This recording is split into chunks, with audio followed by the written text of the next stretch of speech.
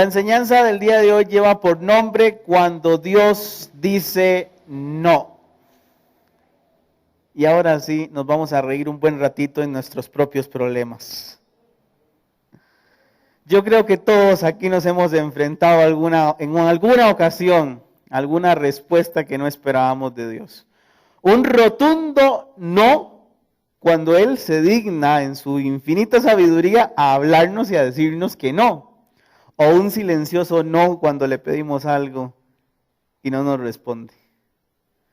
¿Qué problema? ¿Qué tirada?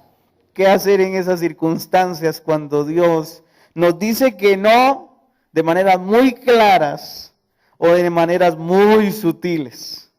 Porque a Dios le encanta la ironía. Y esa ironía se manifiesta en nuestra vida, se manifiesta en nuestras decisiones, en lo que hacemos, en lo que decimos, en lo que emprendemos. Y a Dios le encanta ser sarcástico en muchísimas ocasiones. Y hoy vamos a hablar de eso, hoy nos vamos a reír un ratito de nuestros propios problemas y cómo Dios interviene en nuestra vida para solucionarlos. Y desde esta perspectiva es cuando se vuelven graciosas. Por eso es que Dios es irónico y es sarcástico, porque le gusta reírse con uno después de que uno aprendió con Él a superar los problemas. Hagamos un examen personal. Ustedes saben que a mí me gustan ese tipo de exámenes personales e introspecciones. Y rememoremos las veces en las que hemos hecho planes, en las que hemos emprendido caminos, en las que hemos tomado decisiones esperando de que su resultado sea exitoso. Y cuando llega la hora de la verdad, si es que hubo resultado, no fue exitoso. Qué mal, porque evidentemente muchas veces nos vamos a sentir frustrados, tristes, decepcionados y hasta con cólera. Vamos a sentirnos preocupados por las horas que perdimos, por la plata que perdimos, por el tiempo, por las relaciones que pudimos perder durante todo ese tiempo que dedicamos a planes que desde su principio no eran o no estaban destinados a ser exitosos. O por otra parte, rememoremos las veces en las que hemos solicitado algo al Señor y Él nos dice que no. Aunque era algo que deseábamos con todo el corazón, que le poníamos empeño a la oración con tal de decirle al Señor cuál era nuestro deseo, cuál era nuestro plan, cuál era nuestra proyección. Y estábamos ahí día y noche y noche y día y noche y día. 40 días de ayuno, 40 días, noches de ayuno. Rogándole al Señor de que dijera que sí a nuestra solicitud, a nuestra petición. Y Él simplemente nos dijo que no. A pesar de todo el tiempo invertido en la oración pidiéndole al Señor su ayuda. ¿Cuándo hubo respuesta? Porque muchísimas veces no hay respuesta. Uno ora y ora y ora, pide al Señor, solicita su intervención en nuestra vida y Él guarda un respetuoso silencio. Entonces, después de esas veces que hemos rememorado todas esas circunstancias, hagámonos una pregunta. ¿Qué es lo que Dios nos quiere enseñar esas veces cuando Él nos dijo que no? ¿Qué es lo que aprendemos de Dios cuando Él no nos responde? ¿Qué espera Dios de nosotros cuando Él se niega a una de nuestras solicitudes? El Espíritu Santo entiende el corazón humano. El Espíritu Santo es una persona, recordemos eso. Y como persona sabe lo que los humanos sentimos. En latín hay una frase que a mí me gusta mucho. Homo sum humani nihil alienum puto. Que significa soy hombre, soy humano y nada humano me es ajeno. Al Espíritu Santo literalmente le aplica en todo el sentido esa frase. Él es una persona y ningún tema personal le es ajeno. Por lo tanto, Él puede sentir lo que nosotros sentimos cuando Él nos responde que no. Él puede saber qué hay en nuestro corazón cuando la frustración llega ante el fracaso o ante la negatoria de Dios. Por eso Dios y el Espíritu Santo han inspirado a Lucas para escribirnos una historia de cómo grandes hombres de Dios se vieron enfrentados a lo que nosotros también nos enfrentamos hoy día. Ante ese silencio de Dios, ante las respuestas negativas de Dios. Y si a una persona tan grande en el ministerio como el apóstol Pablo le pasó, ¿por qué no nos iba a pasar a nosotros? Amén. Vayamos entonces a la palabra. Abra su Biblia en el libro de Hechos, capítulo 16, y vamos a leer a partir del verso 1.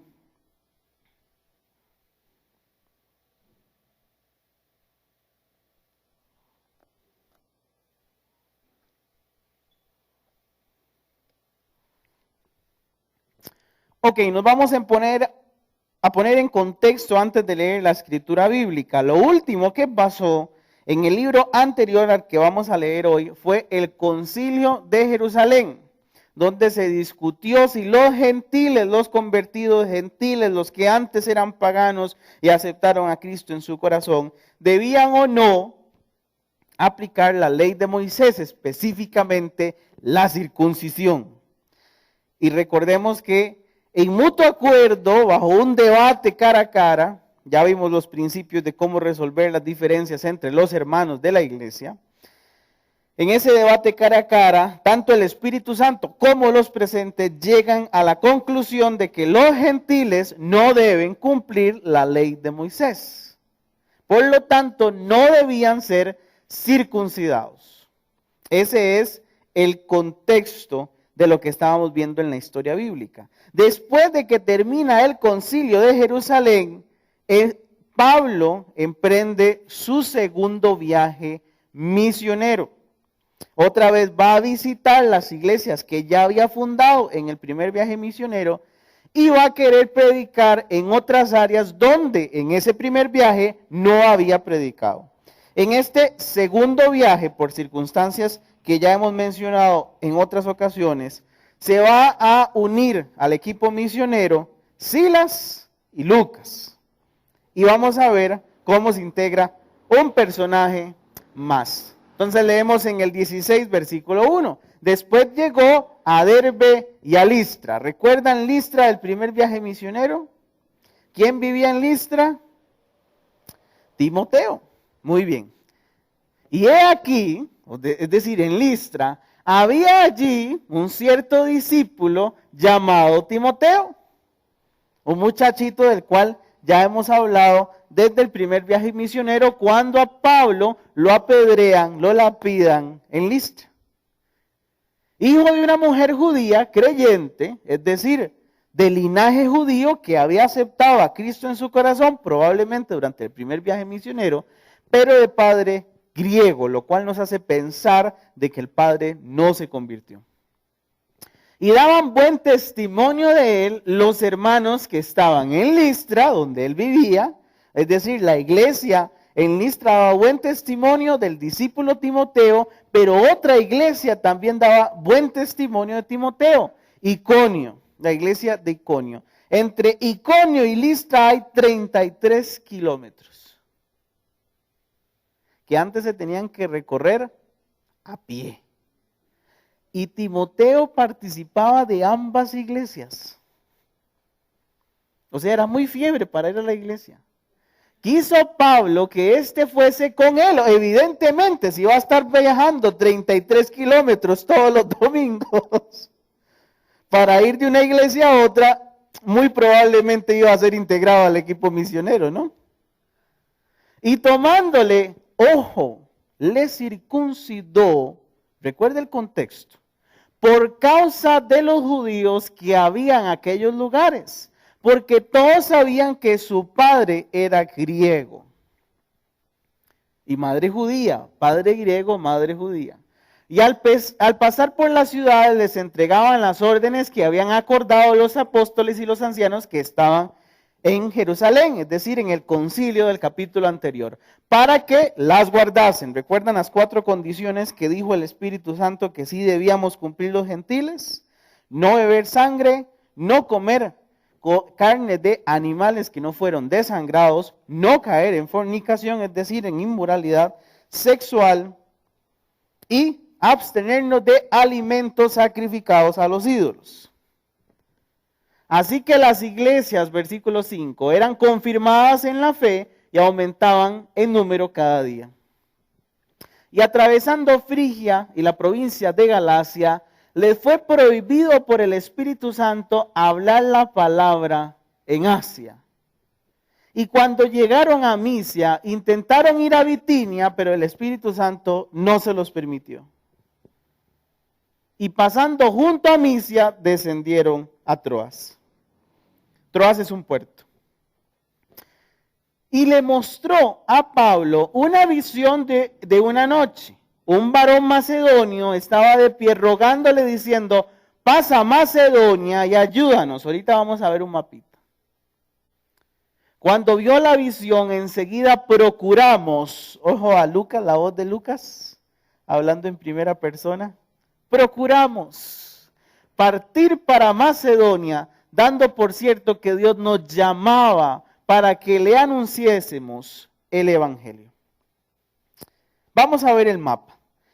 ¿Cuál era la situación que estaban enfrentando el apóstol Pablo y su equipo misionero, compuesto esta vez por Silas, por Lucas y por Timoteo? Ok. Ellos salen, no, este es el primer viaje misionero. Eso, muy bien. Ellos salen de Jerusalén y regresan a Antioquía. Lo que estaban planeando Pablo y su equipo misionero era llegar a la provincia de Asia, que es esta franja que tenemos aquí. ¿Ok? En Asia están, por ejemplo, las 7 iglesias que hablaba el Apocalipsis. ¿Ok?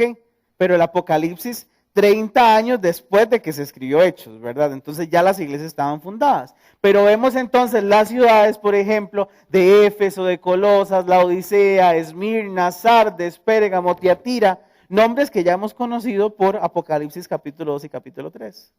El plan de los apóstoles era conquistar esa provincia, conquistar para el Señor, ¿verdad? No por guerras. Anunciar el evangelio de Cristo en esas provincias. Y cuando Pablo, el primer misionero que hace el plan de ir a la provincia, Dios les impide ir por ahí. Y en vez de bordear la provincia por la costa, que era lo común porque había una calle romana que era parte de la vía Ignatia, el Espíritu Santo los manda por el norte, por donde no era común ir. Y cada vez que ellos intentaban entrar a la provincia de Asia, el Señor les decía que no, ustedes no van a ir ahí. Suba un poquito más hasta que llegan al norte de la provincia, al puerto de Troas. Y recordemos la pregunta, ahora sí comprendiendo cuál es el problema que enfrentaban el equipo misionero del apóstol Pablo. Recordemos la pregunta que nos estamos haciendo en esta noche. ¿Qué es lo que nos enseña Dios cuando Él nos dice que no? Y yo creo que esta historia es un clarísimo ejemplo de cuando Dios dice que no. ¿Cierto o no? Así que veamos qué es lo que el Señor les enseñó a ellos en esa circunstancia y qué es lo que espera Dios que nosotros aprendamos hoy en esta noche.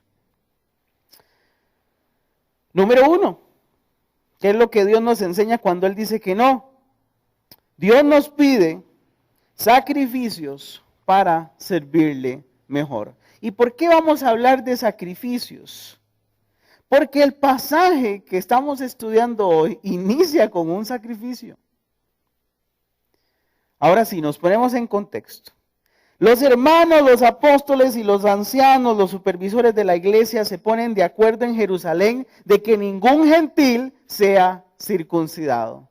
El apóstol Pablo, Lucas y Silas llegan a Listra. Se encuentran con un joven llamado Timoteo, muy ferviente en el servicio al Señor en 2 iglesias, caminando domingo a domingo, pensando que solo se congregaba una vez a la semana, probablemente se congregaba más veces. 33 kilómetros para visitar las 2 iglesias, para ayudar a los pastores que se encontraban en ambas iglesias.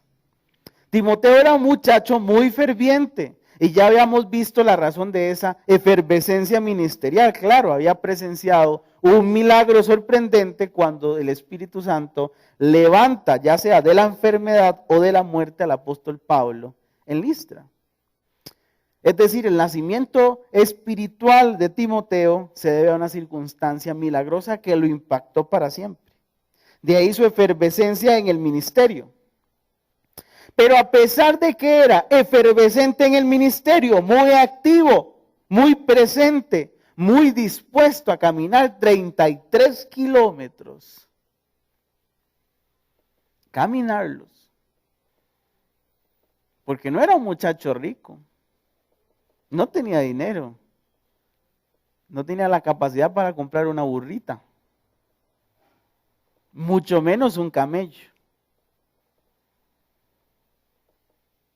No existían bicicletas, menos Uber.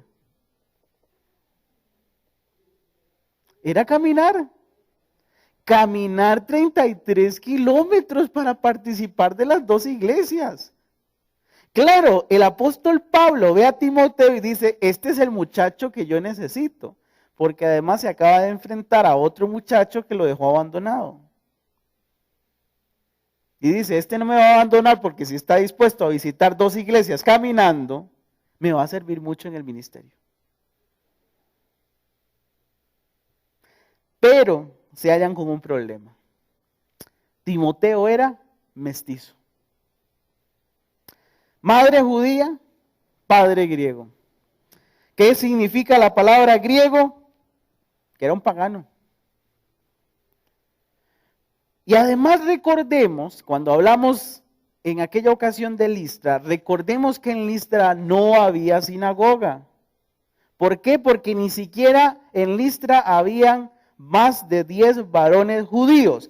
Eso quiere decir que Timoteo, durante toda su etapa de crecimiento, nunca tuvo un rabino que le enseñara la ley de Moisés. Mucho menos, si no había un rabino, si no había un anciano judío, mucho menos iba a ser circuncidado. Todo el crecimiento espiritual de Timoteo se lo debemos a su madre Eunice y a su abuela Loida, de lo cual estamos seguros porque además en 2 de Timoteo capítulo 1 se menciona esa circunstancia. Entonces ellas, las 2 mujeres judías, de tradición judía, de fe ferviente, son las que le enseñaron a Timoteo la palabra del Señor. Esas 2 mujeres, en un lugar donde no había sinagoga, donde no habían varones judíos, donde no había un rabino que le enseñara. Y por esa razón probablemente la mamá de Timoteo se casa con un hombre pagano. De claro, no hay varones judíos, se esposa al primero que encuentra. Comprendemos la situación de la mamá de Timoteo. Pero, aunque para ella no era un problema ese mestizaje, para los judíos sí era un problema. Y ya en muchísimas ocasiones hemos visto que los judíos eran muy, pero muy delicados, muy cuidadosos de la pureza racial, porque se consideraban y efectivamente eran un pueblo especial, un pueblo consagrado, un pueblo que tenía una promesa única entre todos los pueblos del mundo. Entonces, para ellos que hubiera un mestizo significaba que un judío estaba dispuesto a mezclarse con la impureza de los paganos.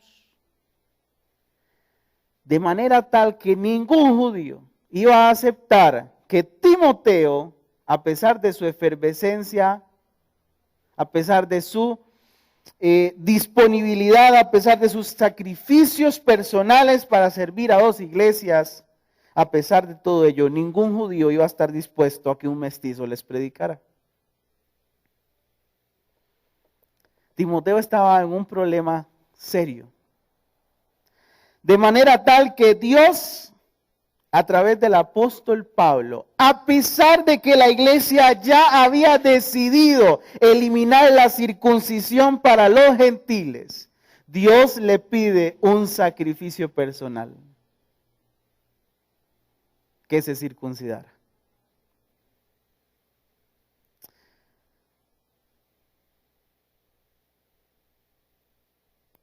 Probablemente Timoteo tenía 16 años cuando Dios le hace esta petición. Estamos hablando de que la operación, de que la intervención quirúrgica implicaba un sacrificio mucho mayor que hacérsela cuando hubiese recién nacido. Implicaba una decisión consciente de parte de Timoteo a comprender lo que iban a hacer sobre sus genitales y el proceso de recuperación, con tal de que ningún judío lo señalara por un prejuicio. Ahora, imagínense, pongámonos en esta perspectiva humana de la palabra de Dios. Póngase a pensar lo que sintió Pablo y lo que sintió Timoteo cuando Dios les pide hacer eso. A Pablo, presentarse delante del muchacho y decirle, vea, yo sé que usted está dispuesto a servir al Señor, pero Dios le pide que se circuncide. Y ahora de parte de Timoteo, Dios me pide someterme a una intervención quirúrgica con tal de servir fervientemente a la iglesia. No sé, yo me imagino a Pablo con vergüenza y con pena de pedirle a un muchacho que por su origen étnico se tenga que someter a algo que ya había sido eliminado. A mí me daría pena decirle a alguno de ustedes, vea, sométase a la esclavitud cuando en 1800 eliminaron la esclavitud de Costa Rica. Me daría mucha pena. Y ahora Timoteo, entender que la petición no era una petición loca, carente de sentido, sino algo que Dios le estaba pidiendo, que Dios de verdad le estaba solicitando para servirle mejor en el ministerio. ¿Cuál mejor si el muchacho se sacrificaba domingo a domingo a caminar 33 kilómetros para visitar 2 iglesias? ¿Qué mejor servicio que ese? Una disposición y entrega total a las iglesias, a sus pastores. No, Dios le estaba pidiendo incluso algo personal. Entendemos el sacrificio que Dios estaba pidiendo de Timoteo. ¿Y por qué Dios hace este tipo de peticiones? Porque Dios constantemente nos está llamando a sacrificarnos nosotros mismos. En 2 de Timoteo, capítulo 1, versículo 6, nos encontramos probablemente 20 o 15 años más adelante en el tiempo, a un anciano Pablo pidiéndole ya a un joven adulto, Timoteo, otro sacrificio. Te aconsejo que avives el fuego del don de Dios que está en ti por medio de la imposición de mis manos. Porque Dios no nos ha dado espíritu de cobardía, sino de poder, de amor y de dominio propio.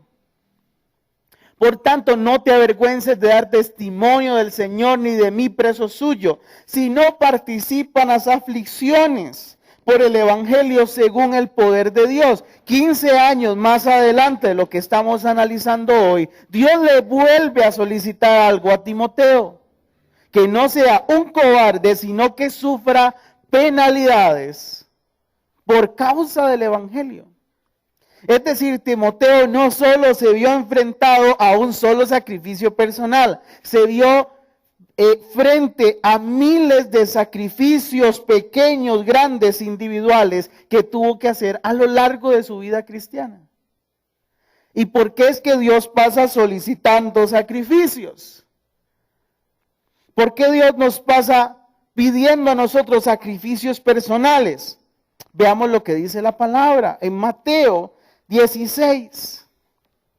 Jesús está hablando con los discípulos y les dice en el versículo 24.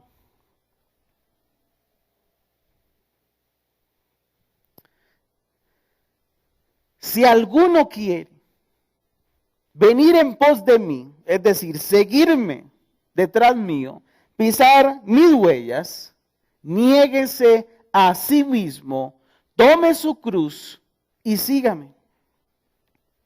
Y el 25 dice, porque el que quiera salvar su vida la perderá, y todo el que pierda su vida por causa de mí, la ganará, la hallará. Y en Gálatas 2, versículo 20.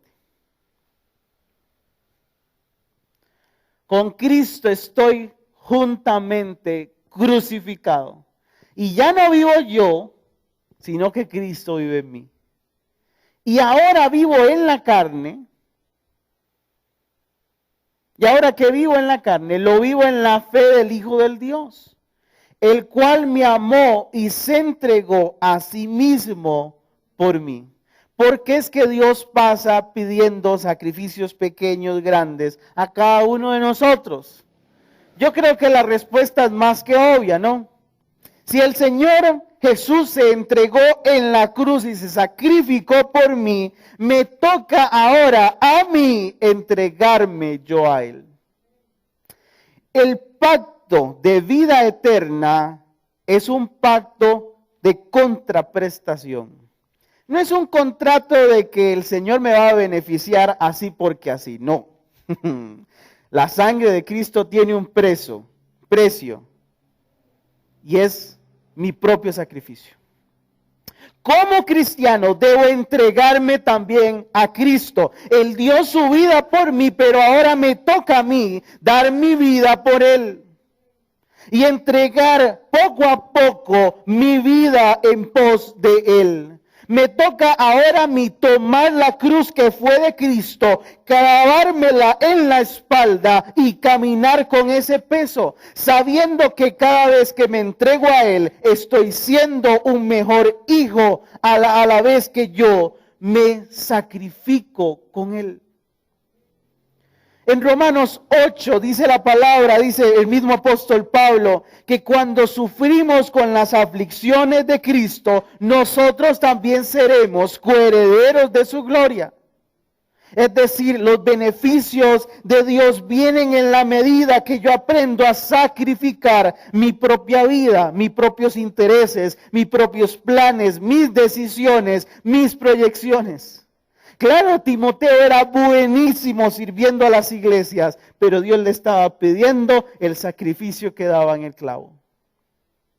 Si él lo hacía, era la prueba digna de que él estaba dispuesto a cualquier cosa con tal de entregarse en servicio al Cristo que había creído, aunque nunca lo hubiese visto.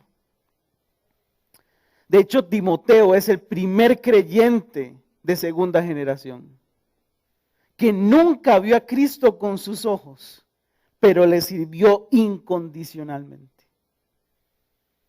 Y ese era el precio que tenía que pagar.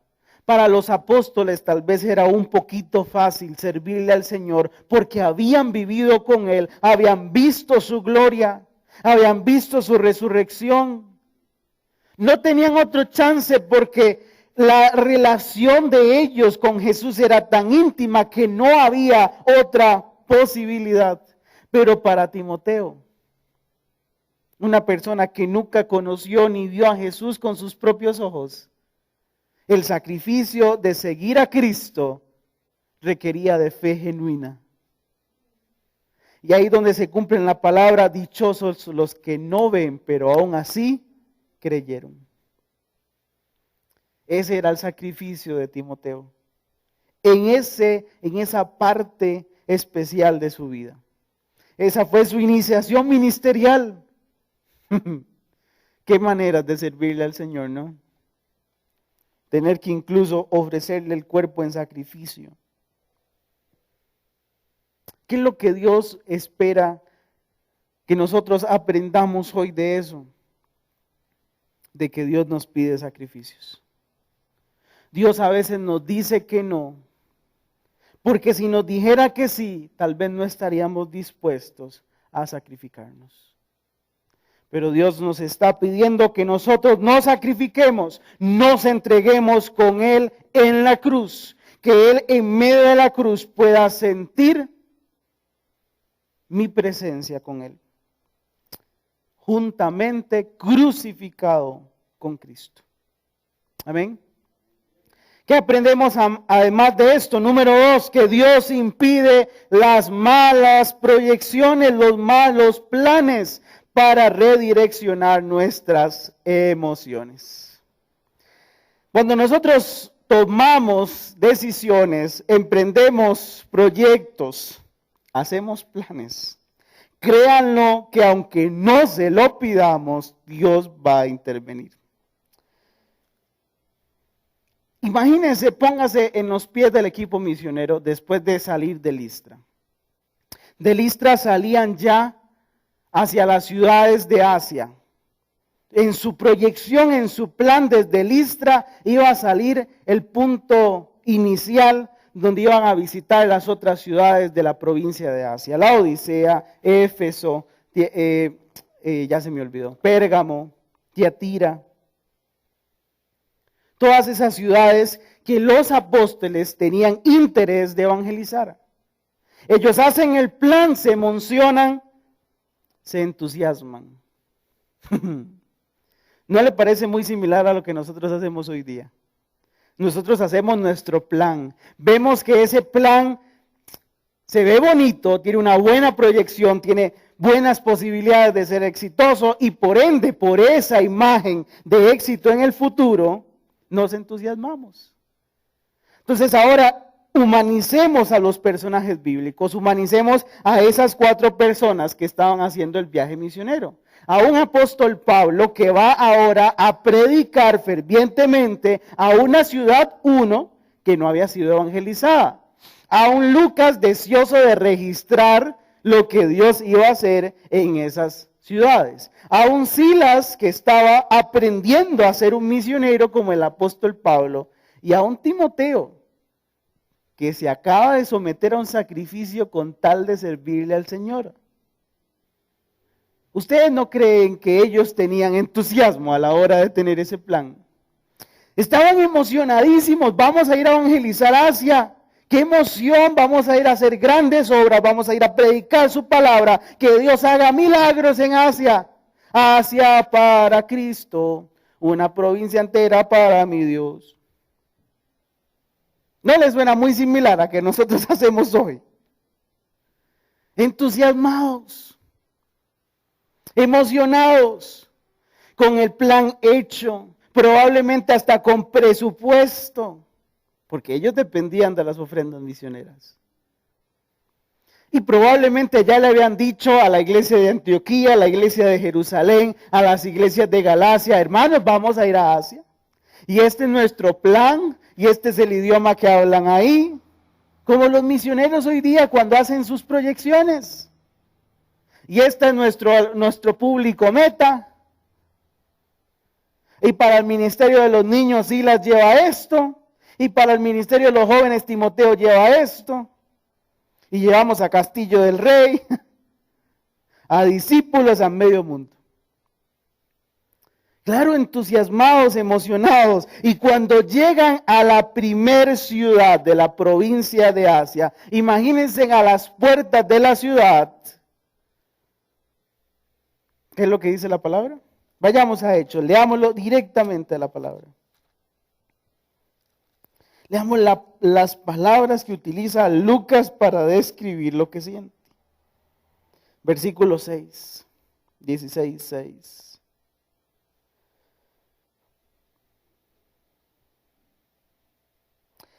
Les fue prohibido por el Espíritu Santo hablar la palabra en Asia. Usted sabe lo que es montar el plan, lo que es describírselo a las iglesias, lo que es hacer el presupuesto, lo que es entablar objetivos, lo que es hacer proyecciones para que cuando llegaran a la puerta de la ciudad les fuera prohibido. Ojo, es que el Señor ni siquiera se limitó a decirles un simple no. Ustedes no van a predicar, muchachos, aquí. No, les fue prohibido. Lucas ni siquiera nos dice cómo fue que el Señor les prohibió. Lo que me habla a mí de que probablemente él quedó asustado. Porque no dice como en otras ocasiones y el Espíritu Santo lo guió en esto, le habló a su corazón, se lo dijo a través de un profeta. No, les dice, el Espíritu Santo nos prohibió y hermanos, no vamos a hablar más de ese tema. El Señor nos prohibió, no lo vamos a hacer. Les prohibió. Ojo, y el Espíritu Santo estaba en medio de ellos, estaba en sus corazones, estaban en sus mentes. El Espíritu Santo había escuchado los planes. Estaba en las congregaciones cuando ellos explicaron la situación. Estaba en medio de ellos cuando ellos hicieron las proyecciones. Y cuando llega el momento de ejecutar el plan, el Señor les dice, no. Y ojo, no es cualquier no, es se lo prohíbo. Atrévase usted a hacer eso. Lo cual, lo único que nos habla es que el propósito del Espíritu Santo era enseñarles directamente que los planes humanos nunca se van a comparar con los planes que Él tiene. La enseñanza era directa, aunque ustedes planifiquen, hagan proyecciones, metan presupuesto, le expliquen a la gente, el que tiene la última palabra siempre soy yo. Ojo, pero eso implica una emoción muy natural. Porque si yo invertí tiempo, invertí plata, invertí gente en hacer un plan, cuando el Señor me dice que no, seamos honestos, me voy a frustrar. Y efectivamente recordemos cómo humanizamos a los personajes bíblicos. A Pablo entusiasmado porque iba a llevar la palabra del Evangelio a otras ciudades. A Silas emocionado de aprender. A Lucas esperando registrar los hechos. Y a Timoteo, que acaba de pasar un sacrificio con tal de ir a servirle al Señor en Asia. Todo el entusiasmo se vino abajo. Y se viene tan abajo que Lucas ni siquiera se toma la molestia en explicar cómo el Señor les prohibió. Fue tan frustrante para él que él ni siquiera quiere describirnos qué sintió.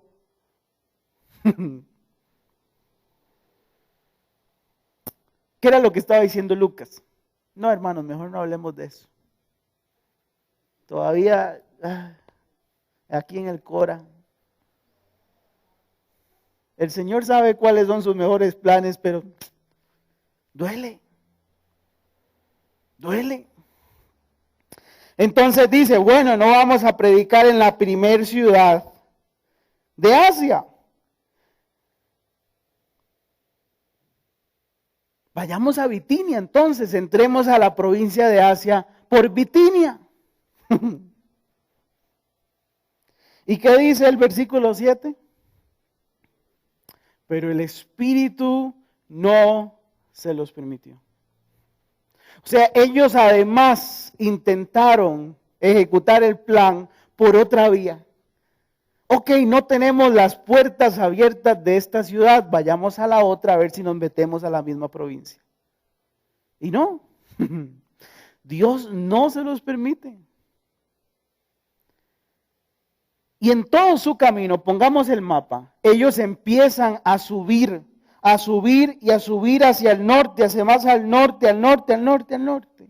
Y literalmente terminan bordeando la provincia de Asia, si que en el espíritu les hubiese permitido, aunque fuera una vez, entrar a alguna de sus ciudades.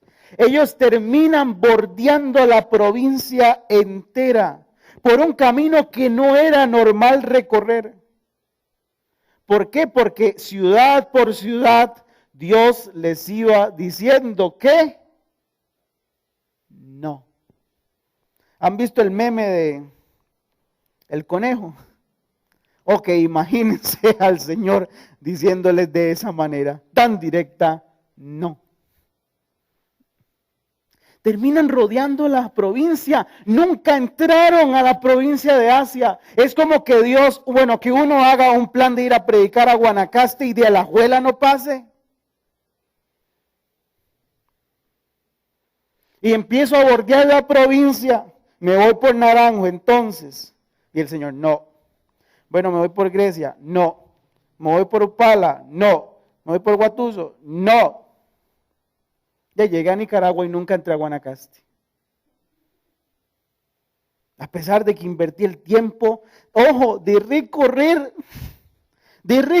kilómetros bordeando la provincia, y en cada entrada a la provincia, en cada ciudad, Dios les decía no. Imagínense la frustración. El Señor a usted le ha dicho una vez que no, porque a mí miles de veces me ha dicho que no. La que más recuerdo y la que me cuesta hablar igual que Lucas, porque está aquí en el Cora todavía, fue una vez que yo le pedí a Dios un trabajo que yo de verdad quería, un trabajo en el que yo cumplía los requisitos y probablemente si hacían un concurso, probablemente lo ganaba. E incluso en el que ya había invertido dinero y tiempo para acercarme a la gente de ese trabajo, para que vieran el potencial que yo tenía. Yo quería de verdad ese trabajo.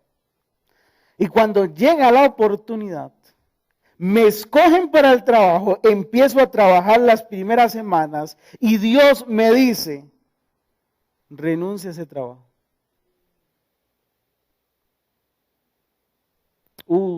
Ese domingo nunca se me olvida. Llegar el lunes al día siguiente y decirle a mi jefe, vea, yo no sé cómo explicárselo, pero Dios no quiere que yo esté aquí.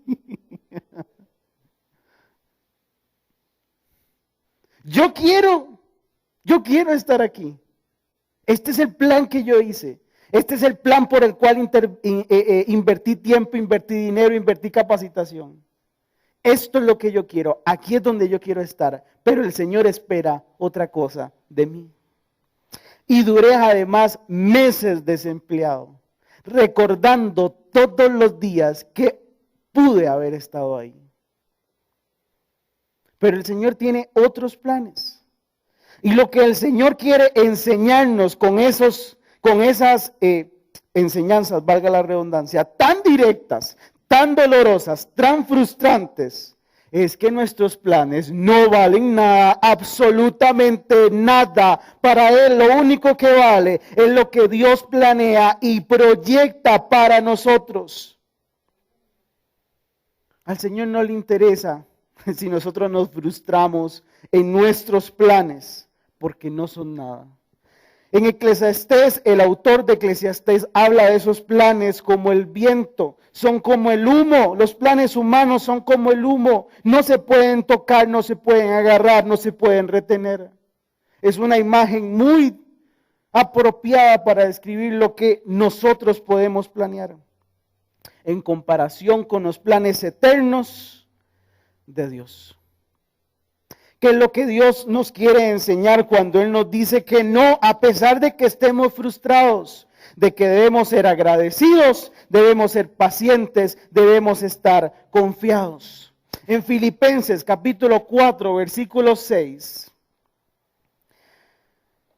Años más adelante igual, probablemente unos 12, 14 años más adelante, el apóstol Pablo está encarcelado. Y le escribe a una iglesia en Filipo que está sufriendo persecución y les dice, hey ustedes, ojo, está desde la cárcel, a una iglesia que está sufriendo. A pesar de su sufrimiento, no estén afanosos. No estén afanosos. Él está en la cárcel, le está hablando a gente que está sufriendo. Pero no estén afanosos.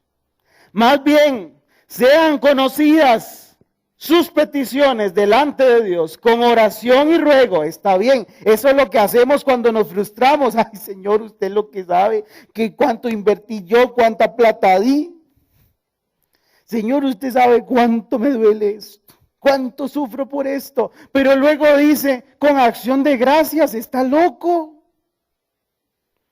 ¿Cómo con la frustración puedo darle gracias al Señor que me frustró mis planes? Explíqueme usted lógicamente, racionalmente eso. Los planes de Dios son mayores. Por eso debemos dar gracias. Cuando Él nos dice que no, nos está rescatando de algo bien malo y nos está dando algo mucho mejor. De hecho, cuando el apóstol Pablo le habla a la iglesia de Corinto, les explica cómo les fue en Éfeso, cuando ya Dios les permitió llegar a Éfeso. Y les dice estas palabras, yo creí que me iba a morir. Dios estaba prolongando un sufrimiento para el apóstol Pablo y su equipo misionero. Estaba solicitándole a Pablo que dejara postergado eso para dedicarse a algo mucho mejor, que era evangelizar en otra parte. Y ahí es donde vamos a la tercera enseñanza, cuando Dios nos dice que no. Es que Dios nos va a hablar para darnos mejores planes. El Señor no se va a limitar a decirnos que no. El Señor no se va a limitar a pedirnos sacrificios. El Señor no se va a limitar a prohibirnos cosas. Cuando Él hace eso, nos va a redireccionar, nos va a dar un nuevo rumbo, nos va a dar mejores decisiones, mejores planes, mejores proyecciones a las proyecciones de Él.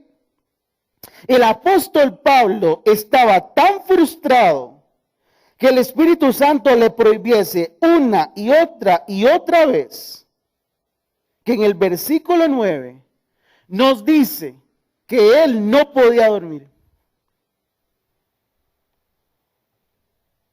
Él no podía dormir, estaba frustrado. Sus planes se habían caído, habían bordeado toda la provincia y no habían predicado. Entonces, ¿qué hizo? Se dedicó a orar. No podía dormir, se dedica a orar. Y el Señor le da a una visión, le da la visión de un hombre macedonio diciéndole, hey hermano Pablo, por favor, le rogamos cruce el mar que divide la provincia de Asia con la provincia de Macedonia. Cruce ese mar y venga a enseñarnos a nosotros. Usted hizo el plan para Asia, pero nosotros aquí en Macedonia estamos mucho más necesitados que la gente de Asia. ¿Sabe por qué el Señor le habló al apóstol Pablo con una visión? ¿Por qué utilizó una visión específicamente? Porque claro, cuando uno hace planes humanos, uno anda en oscuridad. Uno hace planes sin poder ver bien qué va a pasar en el futuro. Y pongamos como ejemplo el 2020. Todos le dimos feliz año nuevo, feliz año nuevo. ¿Alguien ha tenido un feliz año? Claro, hicimos planes, hicimos proyectos, hasta planes vacacionales hicimos. Hay gente que planeó bodas, Hay gente que planeó tener carajillos en esta época. ¿Cómo se les ocurre? Dígame. Todos hicimos planes, proyectos magníficos, pero el 2020 se los trajo abajo. Fue literalmente un mensaje del Espíritu Santo diciéndonos a todos, no. Qué bonito, ¿eh? ¿Por qué hacemos nosotros estos planes humanos? Porque nosotros no podemos ver. No tenemos claridad. Porque estamos en oscuridad. Por eso el mensaje del Espíritu Santo a Pablo fue exactamente una visión. El Espíritu Santo lo estaba sacando de esa oscuridad. El Espíritu Santo le estaba dando luz. Le estaba dando dirección, le estaba mostrando el camino y además le da una lamparita por donde ir viendo. Le dijo, hey, el camino es por aquí. Véalo bien, vea la luz por donde va. El camino es hacia Macedonia, cruce el mar y predíquele a los macedonios. Los planes de Dios son luz para nuestra vida y aquí yo recuerdo el Salmo 119, 105 de memoria. Lámparas a mis pies tu palabra y lumbrera mi camino. Cuando Dios me habla, cuando Dios me da un nuevo plan, me da una nueva dirección, me da un nuevo rumbo, ya yo no estoy en oscuridad. Ay, perdón. Tengo luz de hacia dónde voy. Tengo el camino bien marcado y bien iluminado. El Señor literalmente se encarga de poner postes a la par del camino para que yo no me desvíe. Porque mi camino humano iba por otra parte. Pero el camino del Señor está en luz. Entonces, ¿qué nos enseña Él? A estar atentos de su voz. En cualquier decisión, en cualquier plan, en cualquier proyecto. Mejor preguntémosle al Señor antes qué espera de nosotros. ¿Qué es lo que quiere que hagamos? ¿Qué es lo que quiere? ¿Hacia dónde vamos? ¿Cuánto tiempo? ¿Cuánto dinero debemos invertir en eso que Él espera de nosotros? No que nosotros planeamos para nosotros mismos. Mejor de una vez, antes de tomar cualquier decisión, incluso antes de que se presente el problema, digámosle al Espíritu Santo, hey, ¿cuál es su camino? Tengo esto, me apareció esto en la vida, ¿cuál es su decisión para mi vida? Estaré mucho mejor, mucho más confiado y mucho más seguro si Dios es el que toma la decisión y me ilumina durante mi caminar. Jesús es el camino, la verdad y la vida. Jesús es el camino y además también es la luz. Yo creo que no queda de otra que acudir a Jesús entonces para caminar durante el resto de nuestra vida. Padre, te damos muchas gracias. Porque tu palabra nos enseña, Señor, que a veces nos equivocamos, por no decir todo el tiempo. Que cometemos errores, que hacemos malos planes, que tomamos malas decisiones, que hacemos proyecciones inadecuadas, pero que por tu infinita gracia y misericordia, tú nos guías, tú nos redireccionas, tú cambias nuestros rumbos, a pesar de que muchas veces eso incluya frustración, cólera, enojo, tristeza, desilusión. Pero gracias, Señor, porque podemos estar confiados de que tú tienes mejores planes para nosotros, de que tú nos diriges hacia mejores decisiones, que tu palabra nos ilumina en cada aspecto de nuestra vida y que tu Espíritu Santo nos tiene tomados de la mano para andar en el camino del cristiano adecuadamente, corriendo esta carrera que tú nos has puesto por delante. Gracias, Señor Jesús, porque sabemos que a pesar de nuestras imperfecciones y a pesar de toda nuestra humanidad, tú siempre estarás interviniendo en nuestra vida para que seamos mejores, para que vayamos hacia nuevos niveles, mejores proyectos de vida, acorde a tu voluntad. Permítenos todos los días de nuestra vida ser agradecidos, incluso a pesar cuando tú nos dices que no o guardas silencio. Y sobre todo, Señor, danos la madurez y la determinación de preguntar en cada aspecto de nuestra vida, hágase siempre tu voluntad. En el nombre de Cristo Jesús. Amén y amén.